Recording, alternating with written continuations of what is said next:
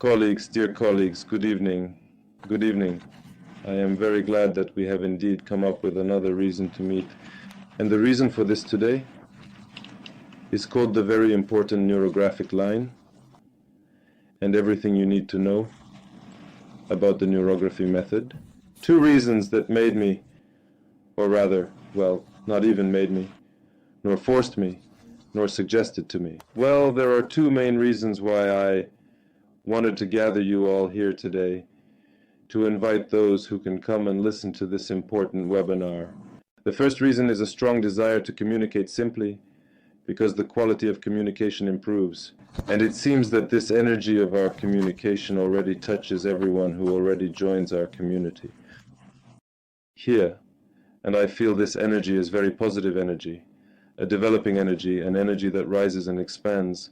Therefore, we must do everything to ensure that this energy exists rather than just being between us. Therefore, I think, and it's a good announcement today, that we will be doing more and more of these meetings for those who, for some reason, enjoy coming and spending time with us. These are already instructors, I know. Are there any instructors with us today or not?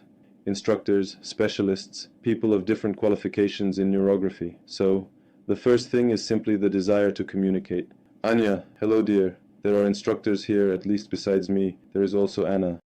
Well, I think there is also Tanya Pashanek, and I think there is also Irina Zelenskaya, so there are many instructors here. Yes, many instructors. Surely there are specialists here, people who have completed the specialist course, and in this sense they already apply neurography in their everyday practice. We have already gathered a lot of experience from specialists, and people are adopting it in various practices. People use it in therapeutic, consulting, coaching, educational, and management contexts. They write scenarios using neurography and solve various tasks. That is to say, it is actually very interesting that this is not a random qualification nor a random status within. And simply people who draw for themselves draw with pleasure, some as artists and some for solving personal tasks. Therefore, communication is our aid, and here we all are a neurographic community. I will return to the concept of community later today. And the second reason, which I believe is timely to gather and talk about this topic, is about some basic things. So, what is neurography? Here we have some newcomers. There are newcomers here, so I will even have to introduce myself briefly. There are people who would like to hear something about me. In order to, I will also tell you, okay, so the second reason is, of course, the purity of the method. The purity of the method and the purity of everything that currently exists under the single brand, the word neurography, under the concept of neurography that we have managed to create and develop. Here, this clarity is extremely important because, in fact, these two reasons can be somewhat conflicting with each other. Because on one hand, neurography is a method with a very clear set of established rules, certain postulates, algorithms, and so on. In this sense, it is as precise as a mechanism.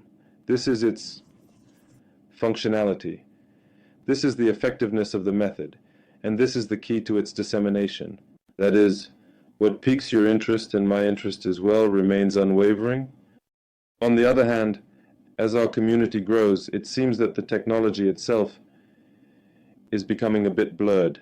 There are things that seem to be overlooked, and it's already important to say that, we are doing neurography, and after that, it doesn't matter what we do. Let's just do it.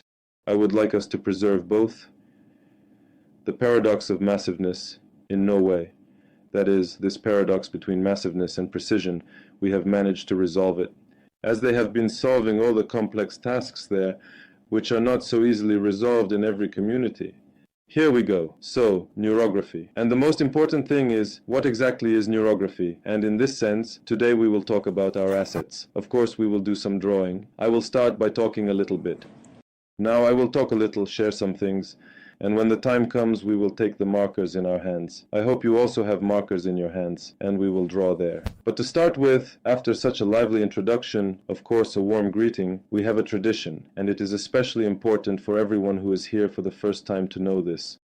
We always mark our common presence with plus signs, exclamation marks, or simply write, I love, sincerely from the heart if we feel like it. That is, We are not afraid of high and kind words because they seem to us significant, honest, and genuine. And this is precisely why everything happens. For the sake of high feelings and high results, that's it. We also have a tradition where we can add to I love and to the pluses. Where are we here today? Because it is always curious to see the breadth that indeed captures us as a company, us as people. The company refers to the companies of people. Each of our meetings, Kiev, Moscow region, Plusik, Kharkiv, more and more people from Ukraine. I really like that I am a person who grew up in Odessa, and I consider myself an Odessan in the world. So I am very pleased that there are many people from Ukraine, Russia, Belarus, Israel, America, Kaliningrad, Moldova, and the Moscow region. Almaty. That is, this is a real unification of people through art, through the neurographic line. We observe here every time. Friends, thank you. Baikal, thank you very much. Tashkent, thank you very much. Arkhangelsk, Kiev, thank you for being simply human beyond politics. That is, above everything in the world. There are just people. There is art. There are markers. And there is such a love for life that we preach as the most important value. Love for life. Love for life, the value of life, lifestyle, and this unique authorial handwriting of life. Well, everyone's handwriting is inherent to them, so while we have one style, each person's handwriting is different. Kherson sends its greetings. Once I studied at the Kherson Industrial Institute, I remember 2 years, Odessa. Well, Odessa, it's all familiar people. Neuroboom in the flow, Estonia, all right. So let's talk about neurography and what neurographic assets are. Well, neurography is a method, and the most interesting and important thing is that this word is unique. The very word is unique and in fact remarkable in that it is a word registered under copyright, and in this sense there is a certificate for the copyright. This word was registered, God willing, in September 2014. In December 2017, we received a patent, which means that this is now a right to the word not only in the scope of copyright but also in economic activities. That is, the patent already protects our economic and business rights. And in this sense, neurography becomes a subject of the market, in addition to being an object of the market. Here it is, and that is why neurography is protected, by the way, in the fields of education, pedagogy, therapy, and also in the field of art. There are 4 areas in which neurography currently exists under the patent we received from the European Patent Office specifically. It is important that the very word is quite expressive, and probably many respond to it because the word seems to provide a clear understanding of what we will be doing. We will draw neurons, we will draw our consciousness, we will draw our brain. In the end, we are already developed enough to assume that the reason for everything happening around us is ourselves, and we ourselves are nothing more than the sum of the experiences we embed in our neural network. Therefore, neurography is, in essence, easiest to describe as a way of using graphics, which means using a marker, a liner, or something that creates a graphic line, establishing a connection with the brain. In this sense, we use a principle in neurography that was established not so long ago, at least from a scientific perspective, and this principle is called neuroplasticity. So now it is already such an axiom, a dogma that, by the way, there has been the idea for many years that people do not change. About 10 years ago, of course, American scientists, because they are our colleagues from across the ocean, had many grants, research opportunities, and so on. And so, various large-scale studies were conducted, and the results of this research were identified, seemingly proven, and published. The principle of neuroplasticity, which states that the brain is capable of changing its configurations. That is, neural networks are capable of changing their configurations. From this, it can be concluded that a person, at any age, is capable of change. A person is capable of change at any age. In this sense, the dogma that has existed for a good 100 years or even longer, stating that a person never changes after they have developed by the age of 3 to 5 years, seems to have dissolved from birth. A person can change. And since a person can change, the next question arose, how can one get there? Without a scalpel, without any special laser, how can one influence their brain in an eco-friendly way? It is especially interesting to do this without involving specialists, without a third party, so to speak. In my opinion, neurography is currently the only environmentally friendly method that is accessible to anyone, allowing individuals to independently and purposefully change the configuration of neural connections. Meaning we can work on the topics that are actually interesting to us, because people are all different, and in a way, our lives also flow diversely. Today, certain things are important to me, and tomorrow, other things are important. Well, in general, it's one tool, a universal tool, the one that we offer. Therefore, neurography, and there are many different definitions in neurography, but one of them is a way, a method, a creative method of transforming the world. And this is a creative method of transforming the world, and at the same time, it is a way.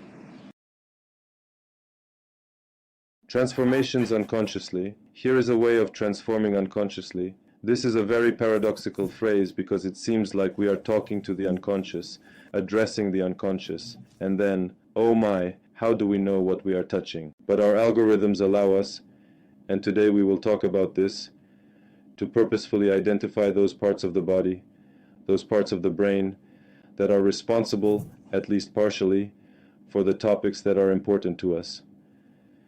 By working with these topics, we can at least change our impressions. In general, this impression is already a consequence of our work, and the reason for the impression is packed in the neural network, and is the cause of our thinking, our reactions, our choices, and so on and so forth. Therefore, neurography is a way to influence the unconscious. I find this already very interesting. So, the most important, the first asset, literally the first, even in the origin of the method, was the word. Everything, as it should be in a good parable, began with the word. The word was born. And from the word, the method has kind of grown. Well, further, I suggest that you approach this sensibly, especially regarding those people who explore things deeply. They are trained professionally. The second asset in any discipline is, in fact, the author. So it happened that we all understand we studied somewhere, some in an institute, some in a university, and some elsewhere. When people study a discipline, they primarily study the biography of the author. It just so happened that mostly everything we study. By the way, why is that? Because any humanitarian technology is always a certain projection of the person onto the method, onto a certain tool of life. If we are analyzing psychoanalysis, the psychoanalysis method, then of course we study Freud's biography, and through studying Freud's biography we can understand what psychoanalysis is. Why is it the way it is? What does it talk about? In studying analytical psychology, we explore the biography of Carl Gustav Jung, and we say, okay, it's clear why, because he had such a fate. So the method is about this. It's like, therefore in general, the author is always a certain resource. The paradox now is, or rather a rather surprising fact, that the author, in my opinion, is still alive. You know, I have such anecdotes. It has happened several times when I meet a person, you. No, I have seen you many times on YouTube. I have heard you. I have already studied neurography. And here you are in person. And this paradox is that it seems the author is still alive, meaning I am a young person and hope to live a long time. Well, I suppose this is surprising for a method that, well, there is a suggestion that it will somehow live long, perhaps even forever, just like other humanitarian disciplines do in our common cultural field. So I won't talk too much about myself, but the simplicity of it is that I am a very diverse person, and I find everything interesting. And for many years now, my resume has had a credo. The last line of my resume is written as a credo, and the credo states, everything is possible. And in general, neurography very much reflects the credo that I have carried for many years. At first, I carried it at the level of faith in life. Then somehow life started to work out more and more, thanks to various efforts, primarily due to education and the application of skills and knowledge in real-life practice, because I am a very practical person. And neurography is exactly like that. It is about everything, it is universal, and it says that anything is possible. Well, the education that has accumulated within me is of course reflected in this method. Specifically, I have a very extensive artistic background from the world of art. My father was an artist. I grew up in a theatrical family. Then I studied fine arts, studied architecture, and graduated in architecture. After that, I moved into psychology. I have been in psychology for 25 years. I have probably studied everything that is possible, at least from practical methods. I really love learning. I have my learning plan there. It is scheduled for at least another 10 years. Doctor of Philosophy, candidate of Psychological Sciences. That is, I really love to learn simply because I am curious about how things are arranged, and this curiosity about how things are arranged, plus the psychological fragment, all knowledge and the artistic fragment of knowledge, but in the end, such a method was born, which for some is part of psychological practice, while for me, the most important thing is that it is still an art form, because there is little contemporary art, and the art that is always with a person, or art that is accessible to a person, is even scarcer. Art has always been something elite, but as a psychologist I stand on the side of ordinary people who are just, well, we are all ordinary, literally, we are all ordinary. In this sense, the beauty of the effects of art and aesthetics for an ordinary person is very close and important to me as a psychologist. And that's how it all turned out. I could talk about myself for a very long time, a lot, but I think it's not worth it. Those who need to will read my resume on the website, but that's just a summary. And there is also a biography. Well, and generally speaking, God forbid I get started, I have a lot to share. So when you feel bored, let's have some webinars where I can tell different stories from my half-century of life. I have already lived 1/3 of my life, and I even think I have lived 1/4 of it. It has been such a vibrant life, good, amusing, and honest. Therefore, the first asset in any method is always the definition of the method, and the second asset is always the author. In this sense, you can always refer to, analyze, and understand what is what, and through this, uncover for yourself the potential that is inherent in the neurography method. Here are the potentials, probably the limitations, because I am just like everyone else, an ordinary person with a very strong thirst for freedom. So one can also say that everything is possible and absolute freedom. These are two things that it seems I have managed to interpolate, as it were, the very method that unites us all now. So the first two assets, and authorship is also not a boring thing, partly because, by definition, in art, every person who takes a marker, brush, pencil, or some tool for sculpture creates a certain original work. It is impossible to copy without creating an original work in any way. Therefore, the idea of such a unique person, which I see in everyone, is present without the person having to draw. You walk down the street, meet and see many people, and they are all so different, all so amazing. But in fact, the world is joyful, precisely because it is new every time, as every new person is different. And this idea of maintaining in a person the strength, the confidence that he is on this planet, that he is not alone, but at the same time he is unique. Here is the uniqueness that is connected, among other things, with society, with the public, with community. This is probably something that can be discussed in terms of authorship. So, this is how it is. Each person present here is an author in the sense that their fingerprint drawing is completely unique, and they live their destiny in a completely unique way. Therefore, this is what we primarily respect and support in our community, where every person has the right to their voice, to their opinion, if kind. Because when a person lives with a kind force, or truly feels like an author, they will never be against someone. They will never be evasive or make things up. A person lives openly, simply, honestly, with a kind heart. These are also the criteria for good communication, pure work, and creativity. As soon as a person starts to embellish things, that's when their so-called authorial style begins to fade away. So this means two assets. The third asset, and the most important one, is actually the reason we probably gathered here today. The neurographic line, a registered asset and has a very clear definition. In order to move on to the discussion about this asset, I will now switch to another camera, and you prepare your markers, and we will start drawing. I think I have already said quite a lot to my colleague to begin with.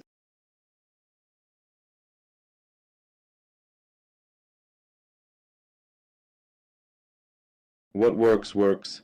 A car drives without needing belief in it. A car is a technology. An electric stove is a technology. Plumbing is a technology. You don't have to believe in it. That's exactly what this whole conversation is about. For neurography to work, we need to know something that doesn't require belief, but rather is a technique that extracts. Moreover, one can approach the tool with doubt, with a significant amount of skepticism, use the tool correctly, and achieve a result that is, on one hand, somewhat objective and measurable, and on the other hand, transform from doubt into confidence. This is very important.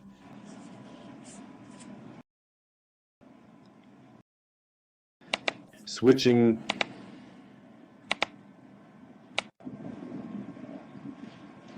I hear about the educational programs. Let's talk about it a bit later. Just remind me because we have a chat going on.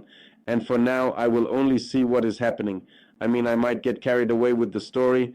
And then when we have questions and such things, please remind me. And I will tell you about the educational programs if you are actually interested. Right now, I am setting up the camera. So there are doubts. And I would like to transform them. Well, actually about Claudia. We already talked about this topic yesterday in the user course. So actually doubts are one of those. This is a normal neurographic contour, or rather a neural contour, that is responsible for doubts. Surely doubts were born at some point.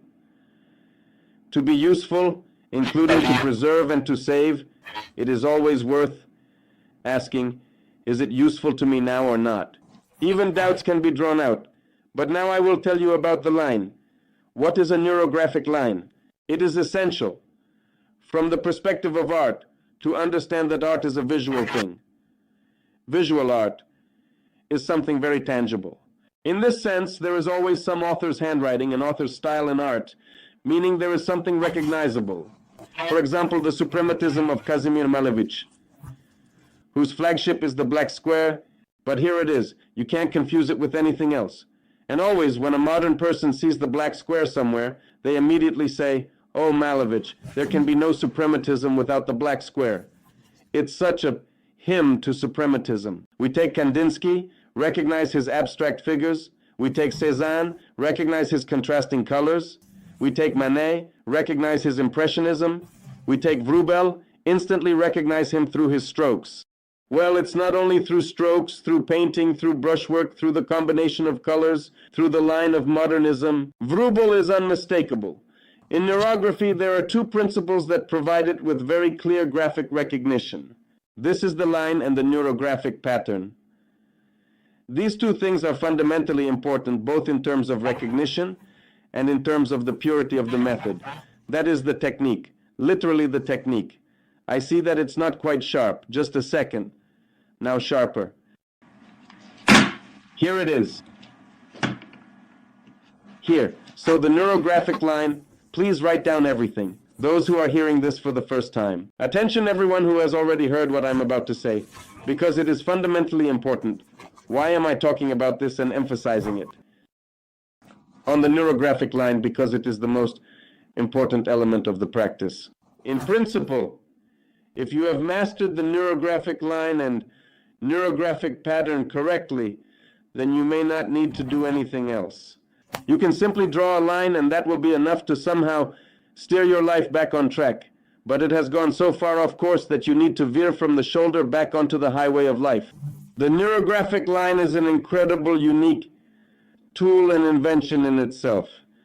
In a broad sense, it's not even an invention but a discovery. The discovery is very simple. The discovery of the neurographic line lies in the fact that the neurographic line is very similar to the lines of nature. And in fact, there is a certain paradox here. For many millions of years, humanity has been moving, well, not a paradox, but rather a movement in a certain direction. You can't really call it a paradox. For millions of years, humans have done everything to detach themselves from nature, to break away from nature and create one's own culture, to establish a unique reality simply to survive.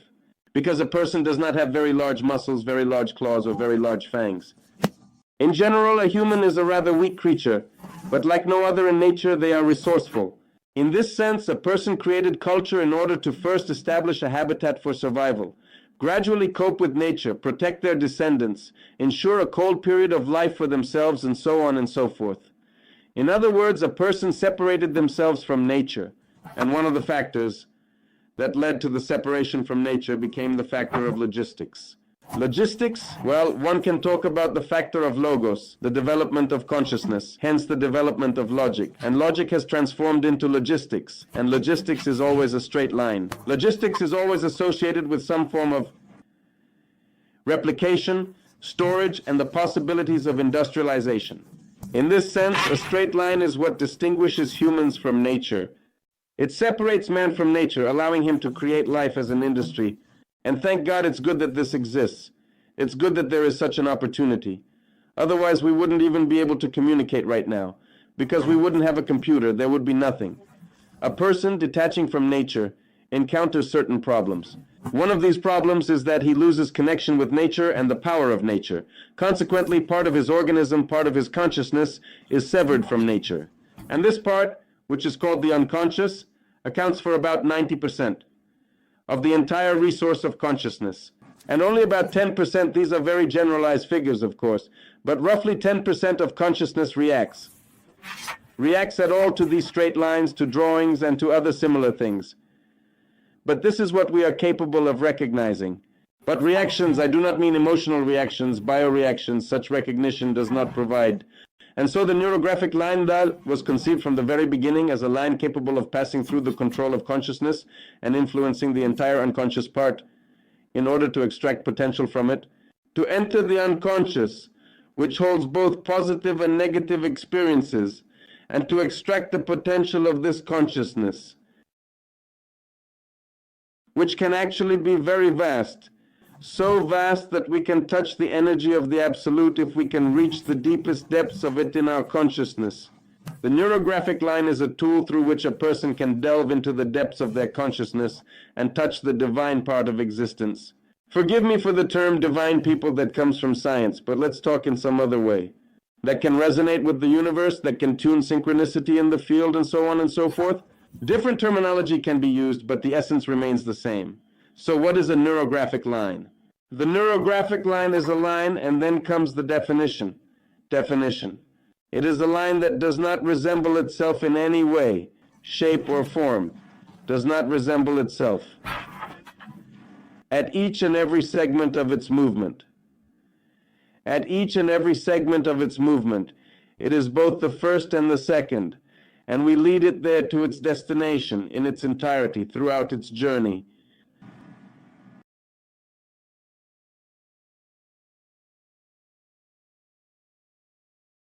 Where we do not expect to see, and we lead it to where we do not expect to see.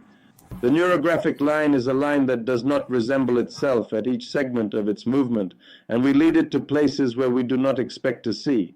In essence, no other line is actually a neurographic line. And if we draw in any other way, in any other manner, the neurographic image ceases to be neurography. It is very important to understand this for oneself in order to sort it out. What does it look like? It looks something like this. Look. We take and start drawing some kind of line. I draw it quite quickly because I already have a lot of good experience. In general, it can be drawn carefully and slowly, and it's very important to direct your attention here. On one hand, look at the line, and on the other hand, look or listen to yourself. Listen to your sensations. Because the idea of the neurographic line, like in nature, is that the line does not repeat itself. That is, take any fragment of this neurographic line, it is unlike any other fragment. This is very important. If we draw a neurographic line, it is never similar to itself from before.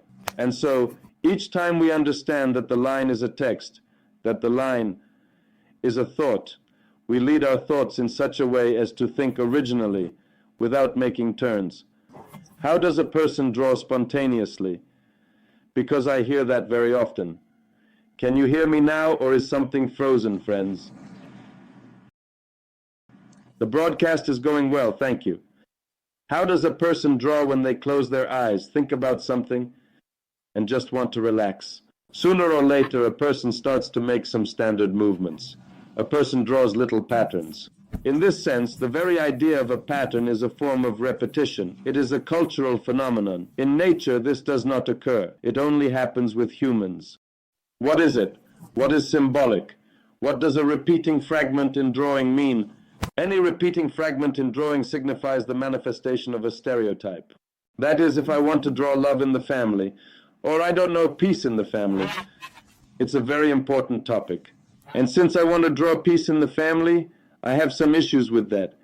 Isn't it obvious that I chose this topic for a reason? And if I draw in such a stereotypical way, it feels like I would be thinking the same thing all the time. It would be nice if everyone gathered at the dining table on time. It is nice that everyone gathered around the dining table. It is nice that everyone gathered around the dining table. If I repeat this 50 times, my own family will drive me crazy. It's just so tedious, lacking originality. Stereotypes can vary. Graphically, they can be represented as a sine wave. That is, well, it has the same amplitude, it has the same frequency, it repeats itself. A person thinks only this way. Either a person thinks in some kind of gimmicky ways, or a person thinks in a slightly more original manner, but still repeats themselves, creating a certain pattern of themselves. Neurography is complex, and it is precisely the presence of the neurographic line that requires special attention. By drawing a line that is not similar to itself at each segment of its movement, we gain the opportunity to be the very authors of our thoughts, allowing us to be original at every turn of our thinking. We begin to think, and essentially we activate the untapped potential of consciousness. That is, if we said here that for an average person, 10% is the part of consciousness that he possesses, then through the neurographic line, we are constantly expanding our awareness, and we are essentially engaged in extracting the potential of consciousness from one image to another, gradually growing in the strength of our consciousness, and consequently in the strength of our decisions, in the originality and uniqueness of our solutions, and so on. I just talked about how the line is not similar to itself. How can we describe the line that we draw to a place where we do not expect to see? That is, if you take a white sheet of paper, place a marker on it, and ask yourself, for example, what would I like to draw right now? A very simple topic. I apologize to those who have already heard these words repeatedly. There are quite a few identical words here, but I repeat them because they are our canon. This is a kind of neurographic law, and attempting to change these words is essentially a distortion of the method. It is then an attempt to present something else under the term neurography, perhaps some personal nonsense that needs psychoanalysis or something else. So the neurographic line, place the marker on the sheet. Here I am currently drawing 0.3. Place the marker on the sheet. Think about what you would like to draw that your life does not need changes. I don't know if the weather outside bothers you, draw the weather. If your neighbor is bothering you, draw the neighbor. If you are bothered by your cat's drowsiness and want to restore its youthful energy, draw about your cat.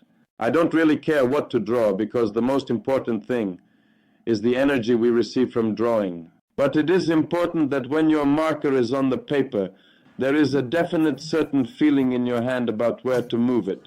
Where to move it. And when this feeling accumulates, you gain confidence in where you need to move the marker. Just take it and move it anywhere, just not where your hand wants to go. This can be a change of 5 degrees from the original intention, 20 degrees, 40 degrees, or 180 degrees. It is not crucial how important it is that the marker does not go exactly where you want it to. And notice, this is very far from what is called spontaneous drawing. When they say, close your eyes, let go of the marker, it's just drawing, forget about everything smart, just do what you like. This is a very large profanation of the method because it requires a lot of attention. A lot of attention is required here, and you need to be prepared for the fact that you might feel a little out of sorts. If you tried to do this right now, I have a request for you. Please write in the chat what your reactions are. What sensations you feel if you draw the neurographic line somewhere other than where you expect to see it. If you make a movement that is not easy for you, to put it correctly, complex and conflicting for you, your brain explodes. There is pleasure in the resistance, a certain excitement. Resistance, burning. Well, this is like a manifestation of resistance, if I understand correctly, just anatomical reflex. My brain is on edge. I would mark the phrase itself with my brain on edge. This is the whole idea. We immediately enter, wanting to throw it away. It's infuriating. It's just wonderful. My hand is shaking. Colleagues, my friends, this irritation, this is what we need. I congratulate you. People who take pleasure in doing what they do not want to do are indeed very strange people. But these are people who thus enter the zone of discomfort. And I don't need to teach you that anymore. In my opinion, these are phrases that every seventh grader already knows. The growth zone is located in the discomfort zone. In fact, we move away from the stereotype, because a stereotype is how simple it is. A stereotype is how things are usually done. A stereotype is like this, wanting to do better, but it turned out the same as always. And so when we do everything simply, stereotypically, ordinarily, when we are satisfied from the very first step, when we do it for pleasure, nothing useful happens. Nothing useful, but maybe there is some rest. One can distract oneself from something, but no more than that. You can draw cute pictures, but nothing will happen to you. The whole idea of the neurographic line is that we can each time enter that area of ourselves that is hidden from us, which causes discomfort when we are present there, but it is also full of resources. Why? Because we have never been there before, simply because it is a closed area, because everything that hinders us in achieving our goals lies there. In fact, the paradox or miracle or magic is that even a cat can be rejuvenated if we believe that the cat will change its behavior. I speak as if I am saying strange things, but we already have several cases where one person, through drawing, made the neighbor's dog stop barking in the mornings. It's funny and amusing, but it's part of his consciousness. If a person changes their mindset, meaning they stop thinking stereotypically even about the neighbor's dog, for some reason it stops barking. It's funny. I understand that it's hard to believe, if you're in your right mind. But if you are in a super clear state of mind, if you have absolute clarity, and you know for sure that the world consists of your perceptions of the world, then you understand what is happening. That is, it is such an esoteric idea, in a good sense of the word, meaning a subjective internal idea about the origin of the world. The pleasure from changes comes a little later, meaning that first we free the line. So, colleagues, even those who are here for the first time today to listen to something about neurography, if you think of a story and even just learn to draw the neurographic line like this, positive changes will already begin in your life. You don't have to believe me at all. You can doubt as much as you want. Bring all the power of doubt that you can, and you will start creating a neurographic line. And you will see for yourself how reality begins to change. Whether it changes categorically or it changes in parts, partially, in small details, it starts to change. This is fundamentally important. This is fundamentally important. Theoretically, it would have been enough to simply come up with such a line and use it to draw, and you would already start to see some results. That is to say, this is the first and most important thing, of course, after the biography of your humble servant. This is the most essential aspect of neurography. This is the most important thing in neurography, because it is a working line. That is why I named our meeting today as such. Neurographic line and everything you need to know about neurography. Sometimes I am asked, they say, Pavel, everything is very good, but your own drawings are quite clear. Your own drawings are quite clear. After all, if we want to draw, for example, a circle, and at the same time make it somehow neurographic, in that form, it is not neurographic. Gradually the hand draws by itself, I agree, yes. Even if I want to neurograph a circle, and we have the term neurograph for that, I can take and draw this line with a slight deviation from the given circle. No one tells us or obliges us to draw a line that strays far from this scheme. But expanding the field around the schematic image already involves consciousness in such a significant manner, and in such a way that it begins to work. And in this way, by neurographing any shape, we begin to bring it to life. We start to make this circle alive. We are essentially helping ourselves with the line to become aware of this circle in such a way that it begins to take root, to be transplanted within us. Here, to implant this circle into ourselves. Excuse me. Sometimes the terms are not precise because I am speaking in a stream of consciousness manner. There is no time to choose words. I want more sincerity than super accuracy to implant this circle within. Essentially, such a line allows one to bypass this internal controller and embed an image within oneself as a kind of recipe for action, as a sort of algorithm for action. We already know that the circle is a symbol of harmony, that it is a figure that connects us with the absolute, and so on and so forth. But even this is not the topic of today. But even if this circle is neurographed enough, the state that this drawing will bring will be very significant. But in general, this is a minimal yet complete exercise in neurography, which involves working with circles. That is, this kind of exercise, if you had the line, and to this line, actually, when you start doing exercises with circles, your life begins to improve more and more. A source of strength appears out of nowhere. And for those who find this important, and for some reason are currently in a period of life where they feel lacking in strength and have no opportunity to go anywhere or reach out to anyone, or have already despaired of seeking help, start doing simple things. This is something that every person can do. Every person can easily learn this, even children, although it is quite difficult to explain to children what a neurographic line is, because children tend to avoid doing work that involves resistance. In fact, that is why not many children easily adapt to neurography. We have special exercises and other activities for children, but fundamentally this is an adult matter, because we are constantly working with internal resistances. We are always dealing with limitations, and there is no way to do neurography differently, because it is not a means of obtaining pleasure. At first, if you find it difficult to do this, then all the difficulties disappear later. Here we resolve this paradox very well.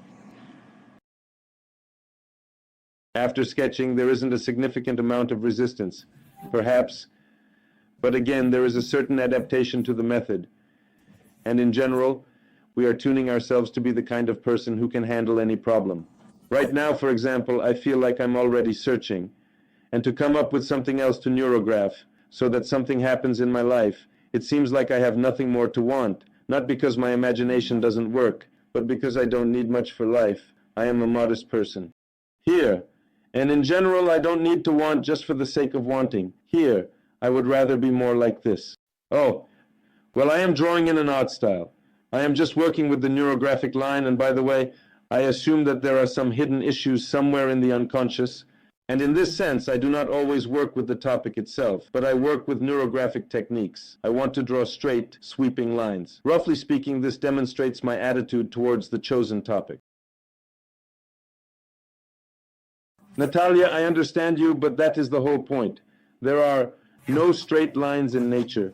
Besides the Baikal-Amur main line, there is not a single straight line in nature. The Baikal-Amur main line has two sections, but it has already blended with nature. And in fact, parts of this railway have ceased to be straight. In other words, nature is like plaster, you know. Take a house, for example. If you don't take care of the house, after a few weeks, months, or definitely years, some neurographic lines will appear on it, cracks will form, and the facade will shift in some way. That is, nature moves, the ground shifts, and everything starts to become somewhat distorted. And this line, which is actually taken from nature, is a message from nature in our hands, bringing us back to nature. I started with the idea that humans separated themselves and created culture, and now our culture is about returning to nature. By the way, not many people can afford to relax in nature anymore. Currently, a person who can relax in nature 3 to 4 times a year is essentially part of the elite, regardless of how expensively they live in the urban environment. Because you can live very richly but not have the opportunity to go out into nature. What you see from your balcony, the top of a pine tree behind the neighboring house, is not considered nature.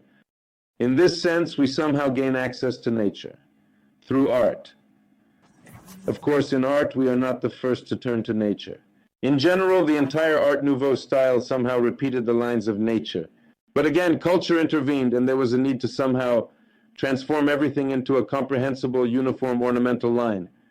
Such an absolute line of neurography, a natural one like this, did not exist in art before. Therefore, in general, everyone who is currently drawing neurography is quite a clear innovator in the world, so to speak, of culture and art. These are people who learn to create nature with their own hands. It's amazing. A beautiful image is being created. The question is, if you want to draw with your non-dominant left hand, it is also connected. Well, I won't even argue whether it is more or less connected. But if it is harder for you to draw with your non-dominant hand, then it is certain that you are uncovering more of the potential of your consciousness. The question is different. How much can you draw like this? Because there are also some concepts of fatigue. I have tried such things. Sometimes I still do. But when I need to work towards a result, it feels like I don't have much time. I spend an hour or an hour and a half on the picture. I have quite a lot of troubles in my life. So, in a way, it always aligns with the daily routine. But in this sense, again, I didn't come up with everything. There are many things that you can explore on your own. Developing your own techniques and algorithms based on neurographic methods. This is essentially what every qualified neurography instructor does, because we in general are like this. According to the results of the instructor course, everyone who completes it ultimately comes up with their own technologies, techniques, and methods. In this sense, we always welcome those who can bring something of their own into our common field of knowledge. Therefore, the names of our instructors, as you simply remember them, are people who are always able to create a piece of nature in your theme. In your topic, in the topic that you brought to them as a question, they will provide you with some neurographic answer in this way. Personally, I enjoy coming up with techniques tailored to the task. We do have basic algorithms, but we will get to them a little later. However, there are sets of algorithms. A little later, I will tell you about them as assets that you need to know regarding neurography. But fundamentally, we can come up with solutions, and that is the beauty of it. We do not have to resort to any single standard approach every time. We learn some things as if from a certain foundation, while everything else is creativity. And in this creativity, your individualities as specialists, instructors, clients, and students are revealed. Friends, everyone draws. Thus, the line is the most important thing. I ask you, please, gentlemen, dear people, take care of the neurographic line. If you hear someone recommending to you, let go of your hand, let it draw as it wants, because there is a lot of noise, your soul is speaking in this way. Please ask him, young man, are you even sure that you are engaged in neurography? Or is it some kind of profanation disguised under a popular word to present some of their own feminisms, meaning something that contradicts common sense? That is, neurography is a line. The second point in neurography. You see, I have already drawn something here. A funny and interesting picture. The second important visual component in neurography is called a pattern. So what is a neurographic pattern? So the second asset is very important. Imagine that there is one line and there is another line. And these lines you see have intersected here in 3 places. First place, second place, third place. There was an intersection of lines. Imagine that this line represents a certain thought. You think about something, you think and draw a neurographic line. And along with this line, a certain potential of consciousness opens up for you. Well, for example, this line suggests that it is quite nice to give a loved one a gift for their birthday. I don't know, to the husband or there, if it's a husband, then to the wife or somehow there. It would be good to give the child a good education. You sit and think in a neurographic way about how to provide the child with a good education, how to send your child to Stanford. If you live somewhere in Karaganda, it might seem like you have no chance of sending your child to Stanford. While not only in Karaganda, but also in Chelyabinsk and Penza, or maybe you come from a small town and you don't earn too much at the moment, but you have a child and you love them. You have one thought about education and another thought about money. But where can you get the money? By drawing a neurographic line, we seem to uncover the potential regarding money.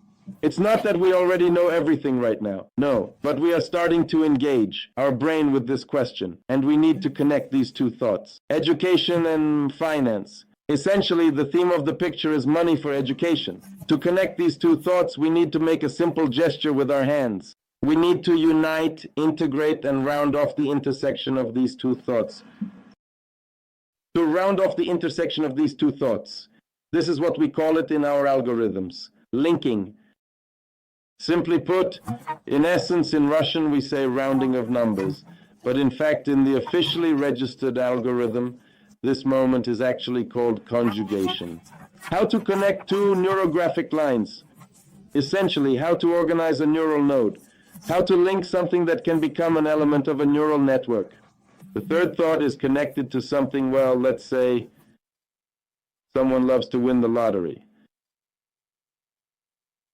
How to win the lottery. I don't know, we can think in the most illogical way about everything that comes to our mind. But if this works for our task, and despite the fact that it does not adhere to the principles of verbal logic, it does not adhere to the principles of verbal logic, but for some reason it is important for us to think about this right now. We can connect different thoughts. But at the same time, we can connect thoughts. After all, I once found money for my higher education and studied at some university. You remembered something, and a certain memory resource was activated. You connected this resource with what you are thinking about, enriching your thoughts about your child and your success. And so on and so forth. We accumulate a certain number of neural connections by linking thoughts that can lead us to action. And this brings us to an effective solution. The idea of how to connect different lines is graphically very recognizable. This has never existed, nowhere in no art, and it does not exist anywhere except in the school of neurography, well, otherwise in our style. And this will be shown to you again by any instructor. You can easily understand it yourself. It is not difficult to master at all, but it provides an amazing effect of accumulating intellectual potential for solving the task at hand. Connecting, linking creates an effect. Accumulating. Intellectual potential for solving the given task. Well, one could say that it is for accumulating energy potential. If we understand that intelligence is simply energy that exists in some informational form, in the form of information, we do not care about information. What matters is to engage the necessary number of neurons to solve the task at hand. When the number of these neurons exceeds the complexity of the task resolves itself. Out of nowhere, we start receiving the solutions we need, meeting the right people, communicating with them correctly, reaching out to the necessary places, discussing the topics that are important to us, and so on and so forth. Therefore, the second graphic asset in neurography is the pattern. These two things are essentially a resource, an invaluable resource of the neurographic school. This is something that cannot be appropriated, cannot be changed, and cannot be interpreted in any way. Any other interpretation of these two things suggests that everything is no longer neurography. Remember this for yourself, because the number of interpreters is growing. The number of interpreters is growing. Here, these are the two main ones. So, what else? Let's read a little bit of your text for now. I will switch now. Yes, a pattern is the connection of lines. A pattern is something that seems to be repetitive. What is repeated in neurography? The way of connecting lines. The way. This is the way. The way. Connections, a way of linking connections, uniting shapes, uniting thoughts. You know how they say when in the Mother of God elderberry, right? Uncle in the Mother of God elderberry garden in Kiev, a phrase that symbolizes an illogical formulation. Mother of God elderberry in Kiev, uncle, what does this have to do with each other? And in such verbal speech, speech that is connected by words and formal logic, such a phrase is not narrative at all. It is not normal. In neurography, we can draw things that seem very far apart from each other. You can recall wealthy movie characters. You can remember successful friends and companions. You can think of any life resources, and by incorporating them into your neurographic drawing, connecting these elements, you add the necessary resources that you, as the author, have chosen to solve your task. Well, Yulia, this is what you need to get used to, meaning that this is why there are courses and so on, because there are tasks that need to be completed. That's why there are supervisors who require you to, no, please do the neurographic work. Come on, please. Here you have a mistake. Here there are repetitions. It's difficult, colleagues. It's difficult to do neurography. Everything real is hard at the beginning, easy at the end. Everything false is easy at the beginning, difficult at the end. Therefore, neurography is something that is hard at the start. Because each time we need not to rest, but rather to create some tension in the mind, tension in the body. Tension of feelings. This tension is not artificial. It is not just words. It is real irritation, fear. Yesterday, while drawing in the course, my fear came up. An adult man, I sit in front of the computer communicating with an audience that trusts me, but where does this fear come from?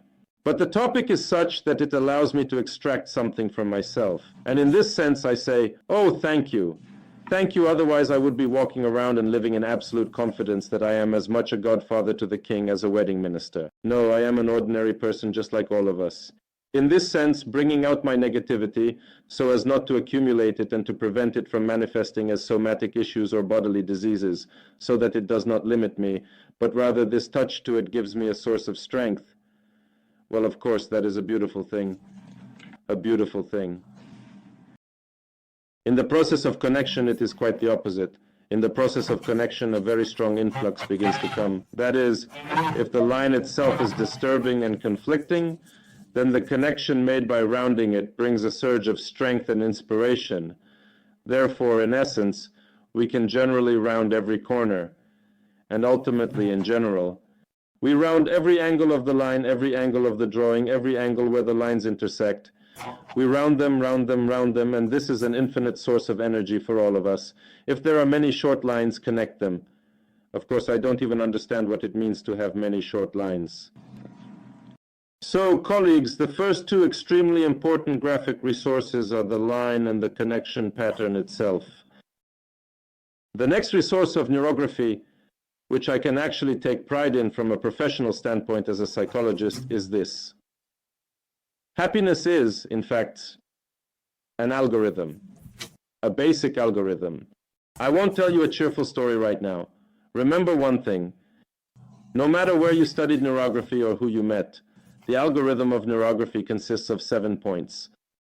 The first and last points, the first and seventh, are always logical points. This is the first thing I draw, and in the end, what has come of it. The other 5 points, from the second to the fifth, give you the opportunity to delve into the depths of consciousness. The second and third points always give you the opportunity to work on your personality. The fourth point always provides you with the chance to work in the social sphere. This is how it is all arranged. The fifth point brings you to the level of synchronicity, to the level of interaction with the field, and the sixth point solidifies your decision. There, the personality is activated again. I don't know if I am speaking clearly right now or not, but the very idea, the basic algorithm, is a very important part of neurographic practice. I want to hear something. Can you hear me? Am I even making sense so far or not? What if I'm just talking and saying something like that? It's a bit difficult for beginners, but let me not talk about the algorithm today. Just remember, please, that, for example, in the instructor course, we study 8 variations of the basic algorithm, which are called differently. The timeline algorithm, the goal achievement algorithm, the mandala algorithm, the communication algorithm, communicative things. That is, indeed, it is a way to extract the energy of consciousness to solve various types of practical tasks. You know, actually, I can just drop such a hyperlink, meaning if you go to YouTube, the very top video on YouTube is always, well, it just so happens. If we take the word neurography, it will be a fairly popular and detailed explanation of the algorithm for removing limitations. This is the first algorithm that we give to people, because we consider it our social practice. Therefore, the algorithm is essentially a very large resource of neurography, so it is also important to understand what it consists of. Just remember this word for now. Knowledge of the school, knowledge of the method. Therefore, one needs to study the line, pattern, and algorithm there. After all, few people care about my biography, except for professionals who dig deep. A line, a pattern, and an algorithm are things that you should know for yourself, for your children, for your families, and for your life. And this is something that your instructors will present wonderfully as they train for 9 months, because there are many different so-called solutions, tasks, and so on this topic. These 3 things are worth remembering if you want to know what neurography is. I understand why I say this, because, you know, When I study, I came to psychoanalysis. It's as if everyone knows what psychoanalysis is.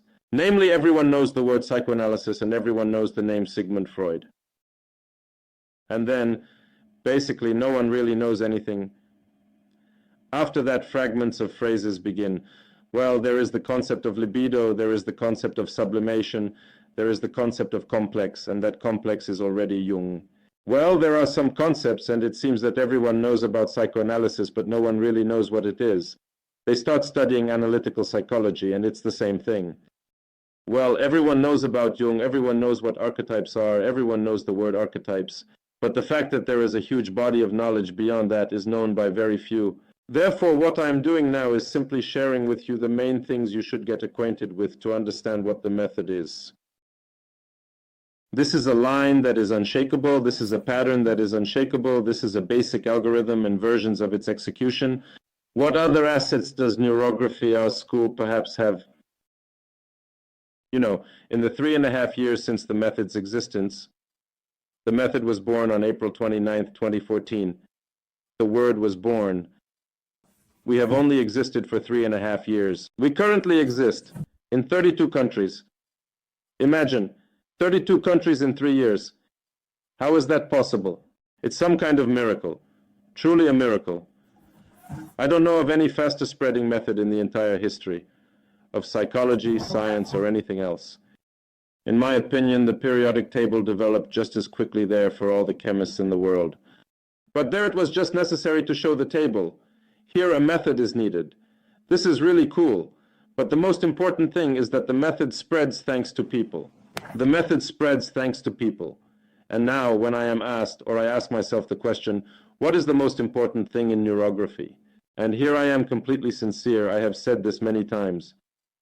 Every time I check myself for honesty and I understand, I honestly say this is how it is. But in reality, it is like this. The most important thing among us is our community. This is how we have managed, over the course of 3 years, to build a style of communication where, on one hand, there is no pressure, and no one fundamentally dictates how things should be done, such as how to greet each other, who is in charge and who is not. We simply do not have that. There is a kind of supportive communication that is very lively and very genuine. If someone does something, well, that's how all living people are. If someone acts in a way that others don't like, it is resolved in a very peaceful, very healthy, and very heartfelt manner.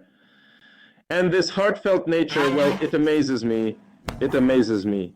Because even in the Reiki community, unfortunately, I have not seen such warmth. Even there, I don't know, in the communities of meditators, in the Moshev community, I didn't see such warmth. I have never encountered such warmth anywhere. Therefore, I increasingly say that our main asset is the people. Well, people, after all, it is worth introducing some sort of hierarchy here. Of course, neurography instructors are special people. Imagine 9 months of difficult training. You see, I am quite a demanding guy. You can probably tell by the voice, especially when it comes to business. On one hand, everything is heartfelt, but to make it truly fair, one must be skilled in their craft so that there is no shame in it all. These are people who undergo 9 months of the most complex training and deep transformation. This is approximately the 350-500 hours of training, including supervisions and other activities. Of course, there are such special people. There are currently 140 of them on the planet. For now, 140. For now, 140. There are about 350 specialists, around 370 people. These are individuals who are trained. Of course, there are fewer instructors because it only takes 16 hours and 4 webinars to train specialists, including users. However, these are professionals. And of course, there is a huge group of people who simply draw for themselves and produce results, creating beautiful images and achieving lovely outcomes. You know, in the end, help yourself and the world will become better. You don't need to change the world, change yourself. If you feel better, it means the world has become a better place. In this sense, the people who have managed to change something in their lives, so to speak positively, have made the world a better place. Therefore, such conscientiousness, in the literal sense of the word, with a good conscience, is a form of selfishness, that is, the desire to make oneself better than before, little by little, time after time, picture by picture, makes the world better, picture by picture. And we strive very hard to see not only personal interest, but also, so to speak, the public interest. Crossing legs while drawing has some effect, but not more than the act of crossing itself. I do not really understand how this can have a specific influence, but if there is some knowledge in your culture that crossing your legs has an effect, it will have an effect. In this sense, if you have that neural image that conveys information about crossed legs as a tool of influence, it will certainly work. In this sense, we look at everything soberly. Everything works. Therefore, there is nothing that is better or worse. Any thought has the potential to influence the potential for action. That is why we carefully and painstakingly select thoughts that act as drivers, helping us move in the direction we want, from thoughts that limit and restrain us. And in general, all of life's, so to speak, catalasia, all of life's struggles, the entire life process is about separating driver thoughts from limiting thoughts. It would be very simple if there were no limiting thoughts. Limiting beliefs are very simple. Each of us has many of them. For example, a basic set of limiting beliefs about oneself. I am not beautiful enough. I am not strong enough. I am not educated enough. I am not anything enough. I might not succeed. I will never cope with this task. These are limiting beliefs about myself. There are such projective limiting beliefs when we think about the world. For example, right now there is an economic downturn, so it's impossible. The ruble is weak, oil has become cheaper, so what? So this is just a fact, but the idea that it has become cheaper and therefore I cannot achieve something is a limiting belief. I am influenced by aliens. Constraints are limiting beliefs. If they positively influence you, they are driving beliefs. If you feel that angels are helping you, that is a driving belief. That is, it becomes a reality. That is, a belief in a drive style. Limiting beliefs that something is impossible. Limiting beliefs that you are incapable of something. Limiting beliefs that one can live no more than 50, 60, or 100 years depending on the person. Limiting beliefs that we will all die. Not everyone will die. Not all of us will die. Right now, I am saying something so interesting, and I am ready to fight for it for the rest of my life, because it seems like I have fundamentally resolved all other tasks for myself. Not everyone will die. One can somehow live in such a way as to jump out of the cycle of reincarnations and not die. You see, I understand that the task itself sounds, well, kind of wild for a materialist. Well, it's a challenge, but in the end I will lose, yet I tried. I tried, and at the very least I extended my life there by a few years, by 50, compared to what I would have thought otherwise. Why is it drawn in lines? Until what time will the webinar be? Well, another 15 minutes, another 15 minutes. Because the most important thing I said, the name, authorship, line, pattern, algorithm, and community, and the educational system, the school itself. The school itself is a great resource for us because there are not only good teachers, but we are constantly adding courses, meaning we are very much, whether you know it or not, if you are trained by one of the instructors in the algorithm, you can then, after completing that training, come back to the school and take that training for free a second time, and a third time, and a fourth time, until you fully master it. We want people to draw clearly, distinctly, simply, well, and reliably so that everything turns out well for them. Therefore, we do, of course, gather and earn money. We are all adults, but we do it in a way that allows for an infinite number of repetitions of our training. And we don't mind, as long as you learn, so that the quality of our work is exceptionally good. Is this to be extremely good? Are there any technical damages regarding the influence of neurography on the processes occurring, or are these still subjective observations? This is an interesting thing because you are asking whether science is engaged in this. Right now we have 2 dissertations, and we have several studies. One is being conducted in Mexico. Alevtina Levina initiated it at the university, I believe, in Mexico City. There is currently some discussion at the University of Zurich about us being included in the research. Well, we measured something with the instruments, but in the end, no one gives us grants. And conduct a deep technical study from the perspective of instrumentation and laboratory work. We simply do not have the resources for this. It is very expensive. When I approached people in the laboratories, they said, well, pay $150,000, $200,000, and we will guide you. I don't have that kind of money, and I don't think it's important, because even modern psychology is, so to speak, returning to the metacognitive function, and introspection and experience are again more important than the device. I am happy to live in these times when people seem to have gone through all this obsession with devices and once again trust in humanity. After all, I don't care what data the device shows. It is important to me whether I am alive or not. This is objectively true, isn't it? Who can take the specialist course? Everyone who has completed the user course. Thank you for the question, Natalia. So, is there a basic course? The basic user course. If you want, I held the first session of the January course yesterday. In general, we can accept more participants. The second session will be on Monday. Next, you can still join this course. If you do not join this course, there is a user course with any neurography instructor who announces it, and in this sense you can attend their course, and then also receive recordings of my webinars. So, here the question is, well, it's a different matter that I conduct my webinar myself, always a little bit differently, but there is an opportunity to listen in different ways. Then, a series of courses on various algorithms begins. After you have completed the user course and mastered the main aspects of neurography, you can enroll in any algorithm course that is part of the instructor course. And so it is arranged that if you pay once, for example, for a course that is part of the instructor training, then even if you go to the instructor course, you do not have to pay for it a second time. In other words, this cost is deducted from the instructor training. This means you can go through any algorithms.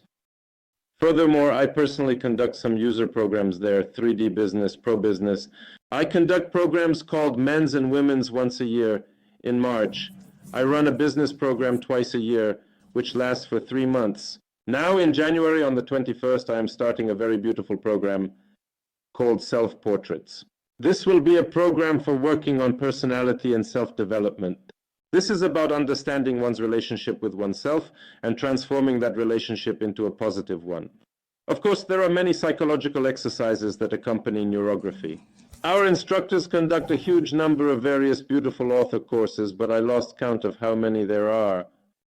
There are more beautiful courses that go beyond the instructor material, yet they are still very beautiful programs. I recommend them to everyone. There is a specialist course. The specialist course is an introductory thing into the profession. Actually, we discuss some things there that essentially grant certain powers and rights to use the techniques in our work. We prepare in a way that you can use our techniques in your immediate work, but with a restriction on the use of the word neurography. You know, many stories have emerged about this. I will tell you while there is still time. We have 10 minutes left, and we will finish at 20:30 Moscow time. In the history of chemistry, there is a funny anecdote that when Mendeleev invented his table, he had some relative, or maybe a neighbor, I don't know, some person next to him. His name was either Leonid Pantelev or Konstantin Pantelev, some strange character who was very envious of Mendeleev for coming up with his table. And then this strange character decided, well, I will steal this table and create the Panteleev table, and in general for some time. This person tried to promote chemistry using Panteleev's table. And in general, even civilized people laughed at him, but simpler folks, including chemistry students and others, even supported him trying to use Panteleev's table. So what did this man do? He slightly altered the graph and swapped the elements. He tried to change something and turned the periodic table into Panteleev's table. It is clear that this is funny, that it is a joke, but such things are already happening with neurography. Some people appear who try to change something, to alter things. There is no need to change anything. It is necessary to simply study the basic technique, to move away from a state of a joke and to work for oneself, for one's own results. And then it will be, well, then it will be kind of beautiful, honest, noble, and there's no need to do anything artificial. You can just remain, I don't know, in a human form with technology in hand. That's it. Do you want to neurograph? Let's neurograph. What about a sense of humor? Well, that's how it is. Someone is doing some chemistry, some Panteleev is doing chemistry, Mendeleev is engaged in chemistry, everything is fine. Now let's draw some more. What else can I say, friends? You know that we have more and more open events happening right now. And so, to start with, today seems to be a topic about neurography, whereas usually we draw things that are more related to holidays. And we have a whole program of such open drawing. The curator of this program is Tanya Pashenok. Thank you, Tanya. Here she organizes me, selects people and topics. She says, Piskarev, now we will draw Columbus Day, and on February 23rd we will draw Malevich Day, actually. February 23rd is a good day.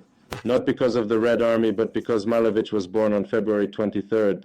And by the way, on January 21st, we will be drawing the Day of Embraces. Everyone is welcome to come. I still don't know how to relax on the internet, but recently I have experienced some tragic events in my life. You know. Oh, tears are coming now. Just a second, pause. And here is the support. The hugs that I received online, they tell me, oh, we will have a day of hugs. We will have a day of hugs because it turns out that the internet, well, it helps. It allows us to convey human emotions, so we can draw a bit. So we will have this every month, or maybe since before we did this kind of drawing once every 3 months, now it's once a month. I think we are moving towards doing some open drawing every 2 weeks. I think it's beautiful. Just for free for yourself, for those who, for some reason, do not want to study but want to draw. I respect such people as well. You know, there are people who draw so beautifully, but they don't study neurography at all except for the user course. Denis Gogolov is such a person, a wonderful artist. How beautifully he draws. He hasn't completed any courses. He simply draws for himself, works as a designer, and creates interiors. There are people who have a passion and divine power or some inner strength to help others. That is when one must learn.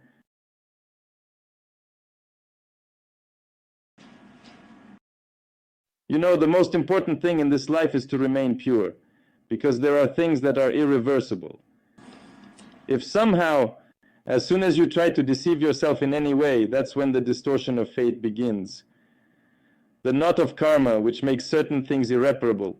Therefore, I really want you to be endowed with the comprehensive fullness of information, a fullness of information about what it is that you have encountered. We live in a society filled with a lot of sensational information, yellow press, yellow internet, and some kind of yellow something. I stand with the Chinese against the yellow press. That's how it is. But we want maximum purity. Isn't that true?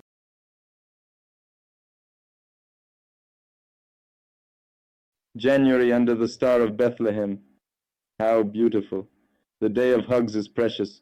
Yes, let's paint. The table of Mendeleev appeared in a dream to Bloch. Well, that means Mendeleev somehow. Maybe it was just a table with 12 columns for him, and he wrote the poem 12, while Mendeleev added the periodic elements to it. We don't know how everything is arranged. It's true about crystal purity. Where it's clean, it's always good, healthy, and spiritual. As soon as some murkiness begins, you immediately feel sorry for someone. The issue is not in the murkiness, but in the fact that someone falls into this murk out of ignorance. Well, generally speaking, you know, the first practice of a philosopher is enlightenment. If we have a philosophical attitude, meaning we possess some knowledge, the first thing that any knowledgeable person should do is to engage in enlightenment, sharing that knowledge with others. Only after that should they focus on solving practical problems. Therefore, education is the primary task that any educated person undertakes. Therefore, as soon as you learn something, go and share it with other people. This is simply a mandatory task for anyone who is enlightened. Enlightenment is to carry the light. The concept of enlightenment, often referred to as enlightenment, is a profound state of understanding and awareness. Enlightenment represents a deep and transformative realization.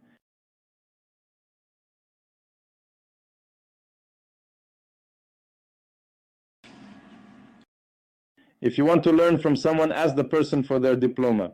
This is a very simple thing. You know, you step out into the yard and there are some guys sitting around discussing politics. You think to yourself, my God, where do these people know all this from? You ask people, where are you from? Who educated you? Where does your political discourse come from? Or are they discussing physics or something else? Nothing, I read on the internet yesterday. Those people who are one book ahead of everyone else are more dangerous than others. Here are the people who are ahead there. One book ahead of everyone. A good expression. These are the ones to be afraid of. Those who got ahead of you in the latest news updates, but that's not a problem either.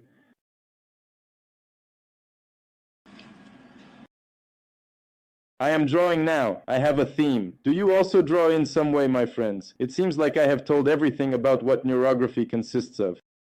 Neurography consists of us, the frequency of communication, and some technical techniques. People, the frequency of communication, and several technical techniques that are emphasized, like Mendeleyev's historical table. At the top is the aqueduct structure.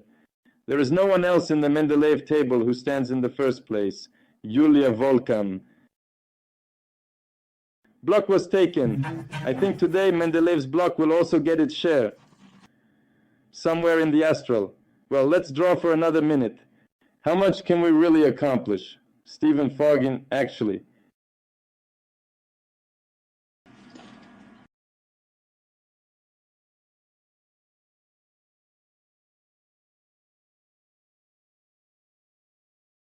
The strength lies in the community, in public opinion, in people, because we are already an egregore, you understand. Here is the technique, and I understand that the technique works.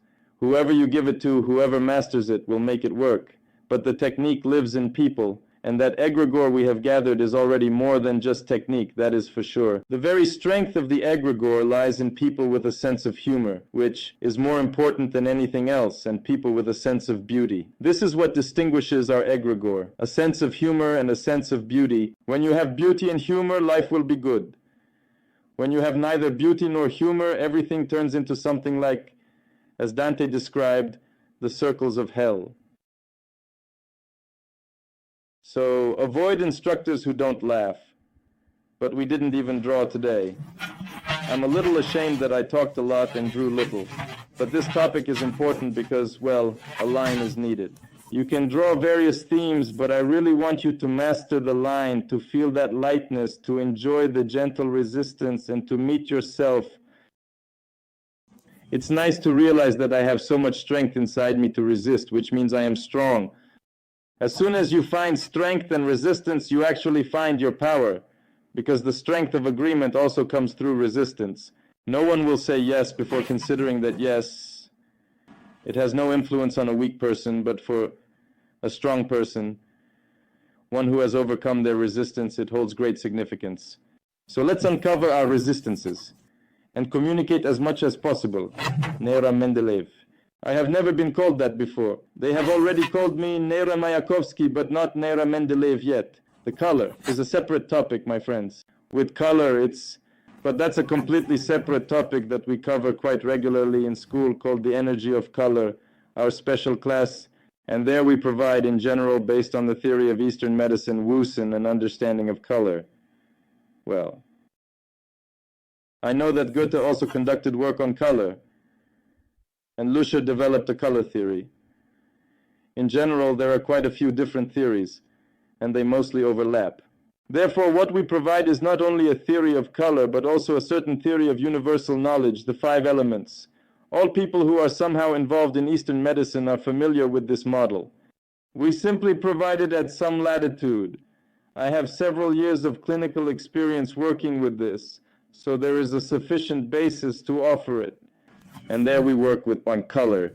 In my opinion, it turns out interesting, but the topic is complex enough to present it from scratch right away. So, if you have a special curiosity about color, go for this module called the energy of color. If you are destined to participate in the instructor course in some way, or if you want to, you will envision your participation in the course. If you envision such participation, you will have to face it and even master it, because without this, we will not allow you to defend your thesis. That's it. Someone asked to talk about circles, but it seems there is no time left. The skull of Leonardo. Today we remember all the greats.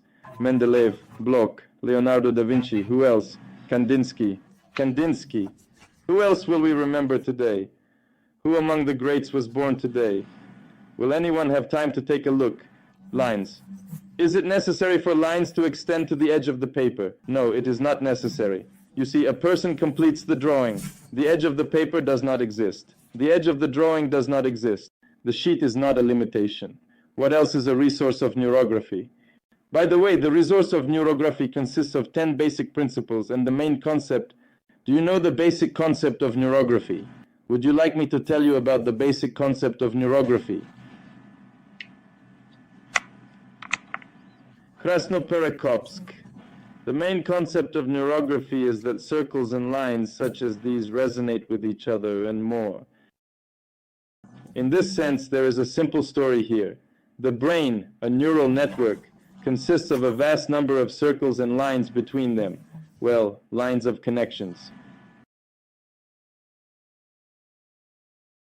And the universe consists of circles and lines.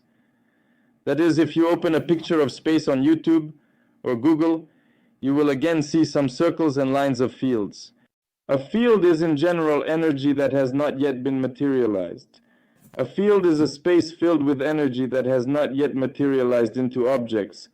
And in this sense, these lines that we draw, the lines of the field, are lines of energy that have not yet materialized. But it is interesting that the circles and lines in the brain find contact with the circles and lines in space. And in fact, when we talk about the fifth point of our algorithm regarding synchronicity, the term synchronicity was introduced into science by Carl Gustav Jung. This means that it is a theory that has already been quite widely accepted. And we have all probably experienced those periods in life when, when you are on a wave of love, when you start to think about something and things begin to align, when there are a lot of coincidences. This is called the synchronicity effect. It is very easy to live when you are in such a state and set it up. And now to tune the field, to tune the mind, to tune oneself to resonate with the universe, so that the circles and lines in the brain resonate with the circles and lines of the cosmos. This is about attracting the power of the cosmos to solve everyday tasks, such as defrosting a chicken faster. This is essentially what the basic concept of neurography is about.